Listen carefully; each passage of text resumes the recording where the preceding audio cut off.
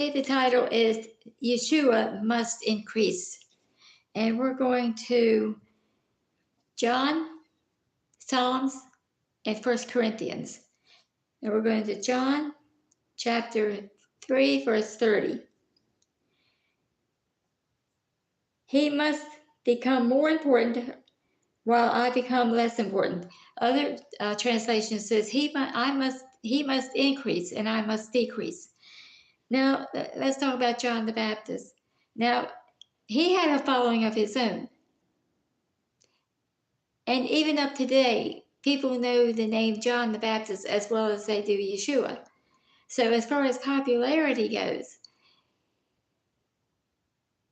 he didn't decrease as much as he probably thought. But so when he said decrease, I believe in one way that he might have meant is that who he draws people to. Like if he draws them to him or if he draws them to Yeshua, if he draws them to God. See, when you put that attention on yourself, you're causing yourself to increase. Now let's go to Psalms chapter 72, verses, the whole chapter, actually. Now this is a good reason why I think that, one of the reasons why John the Baptist was saying he must increase, because it shows you, compared to Yeshua, how important we are not. God gives the king your fairness in judgment, and thou this son of kings with your righteousness, so that he can govern your people rightly, and your poor very just with justice. May mountains and hills provide your people with peace through righteousness. May he defend the oppressed on the people, save the needy and crush the oppressor. May they fear you as long as the sun endures, and as long as the moon through all generations. Now, as long as the sun endures, you know a human king is not going to endure that long.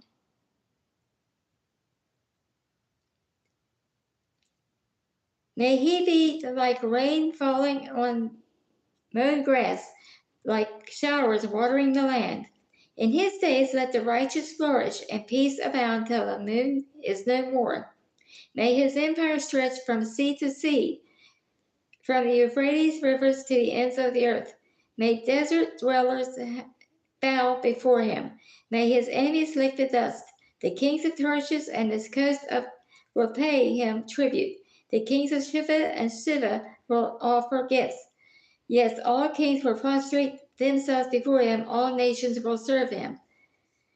Now, here's the thing. I know that King David, King Solomon, had other kingdoms, other kings serving them, but I believe that their stretch as far as the extent of their authority or their rule was right around there in that area. But when Yeshua comes, his is going to be worldwide. His authority, his rule is going to be worldwide. For he will rescue the needy when they cry, the poor too, and those with none to help them. He will have pity on the poor and needy, and the lives of the needy he will save. He will redeem them from oppression and violence.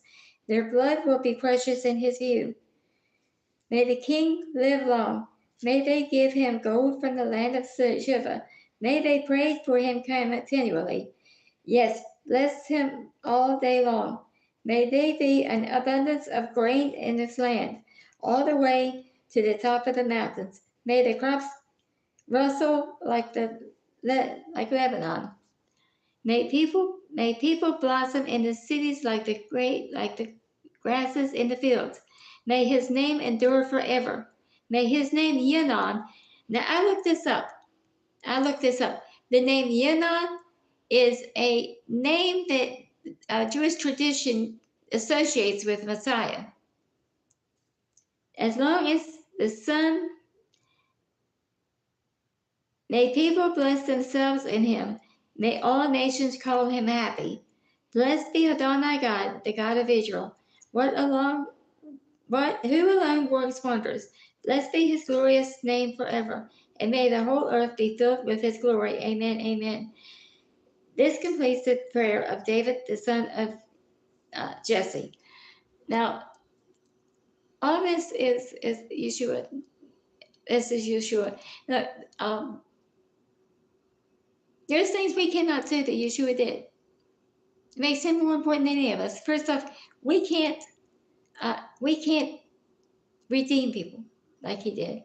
My blood can't save nobody. My blood cannot cleanse no sins whatsoever. Neither can yours. I can't raise myself 3 days after. I can't raise 3 days after. If I get raised, it's going to be because God raised me, and it's going to be on Judgment Day. It's going to be for judgment, unless I'm caught up in the rapture. I can't walk on water. I have, if Yeshua was there and he said, "Come on," I could do it then. But me do it by myself? No, I can't do it. I can't forgive sins either. I cannot forgive sins. So he is more important. So for us to need to understand that he needs to increase when we preach, when we teach, when we preach, it should be to glorify him. When we teach, it should be to glorify him. When we witness, it should be to glorify him. Anything that we do should draw people to him, not to us. Now here's the last one. 1 Corinthians chapter 3, verses 4 to 7. For when one says, "I follow Paul, and others, "I follow Apollos," aren't you being merely humans? After all, what is Apollos? What is Saul? Only servants through whom you came to trust. Indeed, it was the Lord who brought you to trust through one of us or through another. I planted the seed and Apollos watered it, but it was God who made it grow. So neither the planter nor the waterer is anything, only God who makes things grow. Here we go one more. Planters and waterers are the same. However, each will be rewarded according to his work. I'm going to say this. I want you to understand how important it is for us to choose to decrease and let God and let YESHUA increase. If, for whatever reason, I end up having to leave social media and you forget who I am, but you remember to glorify God, the Almighty, I'm victorious. I am victorious if you forget me and remember to give God glory. But if I have to leave social media and you remember me